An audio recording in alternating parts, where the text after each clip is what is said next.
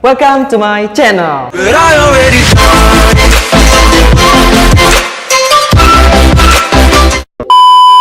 Hits, sebelum nonton video ini jangan lupa subscribe channel gua biar gua makin semangat bikin video-video barunya. Hidup channel Ananda Skater, dan jangan lupa juga follow Instagram gua di @anandaj8. Oke, nggak usah lama-lama. Gua di sini mau ngasih tahu ke kalian gimana sih caranya membuat video Instagram versi gua. Menurut gua, membuat video Instagram versi gua itu susah-susah gampang gitu. Ada 4 cara yang harus kita lewati membuat video Instagram versi gua. Yang pertama, membuat ide. Yang kedua, merekam video. Yang ketiga, editing. Dan yang keempat, pastinya upload. Percuma kan kita udah bikin ide, merekam video, editing, tapi nggak diupload. Ibarat kita sudah berjuang mati-matian, tapi disia-siakan gitu. Kan sakit.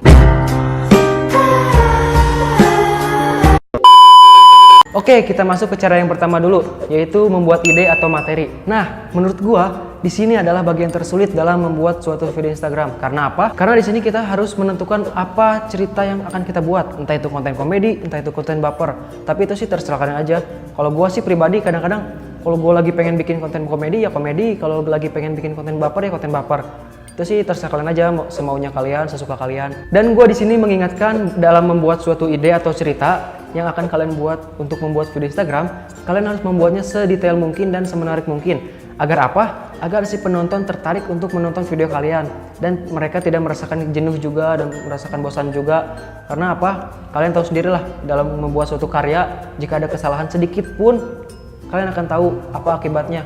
Para netizen di luar sana berkomentar, kadang baik, kadang buruk, tapi nggak usah hiraukan mereka, nggak usah pedulikan mereka. Dan di sini kita niatnya untuk berkarya, bukan bergaya. Jangan hiraukan omongan mereka yang hanya bisa mencaci, menghina, dan mengomentari. Tapi jalani aja apa yang ada, karena kita di sini niatnya baik kok untuk menghibur mereka juga toh. Oke, kita lanjut ke cara yang kedua, yaitu merekam video dari ide yang telah kita buat tadi. Nah, dalam merekam video, kita di sini harus memperhatikan cara pengambilan gambar dan ekspresi muka. Agar apa? Agar feel-nya lebih terasa gitu, agar si penonton lebih bisa menikmati apa yang kalian buat. Jangan asal-asalan juga dalam merekam video. Oke, selanjutnya kita masih dalam tahap merekam video. Kadang kalian suka bertanya gini, Kak, merekam videonya pakai kamera HP atau kamera DSLR? Menurut gua, kalau kalian punyanya kamera HP, ya gunain aja kamera HP, nggak usah pakai kamera DSLR. Karena menurut gua, kamera HP juga udah cukup kok. Karena banyak juga para kreator-kreator yang udah sukses sekarang, mereka menggunakan kamera HP, bukan kamera DSLR. Seiring berjalannya waktu, mungkin mereka ingin meningkatkan kualitas gambarnya dan juga kualitas kameranya. Barulah mereka membeli kamera DSLR. Jadi nggak usah memaksakan harus pakai kamera DSLR dulu, tapi pakai aja yang ada dulu gitu. Jangan pakai yang nggak ada. Dan jangan memaksakan harus memakai kamera DSLR ataupun kamera yang lebih bagus daripada kamera HP. Tapi menurut gua kamera HP juga udah cukup kok untuk kita berkarya. Karena kita pemula juga gitu kan. Karena karya itu nggak perlu dari yang mewah-mewah, tapi yang sederhana aja.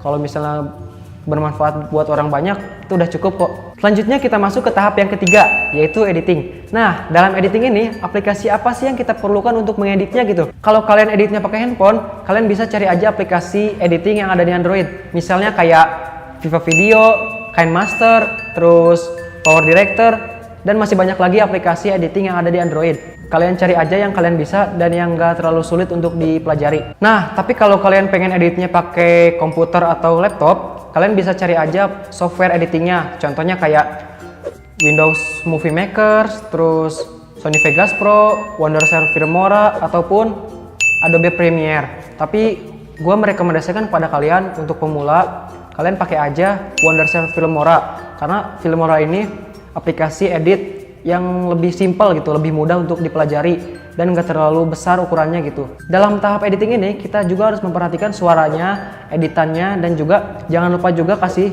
cover atau thumbnail untuk video kita agar si penonton lebih tertarik untuk menonton video kita gitu.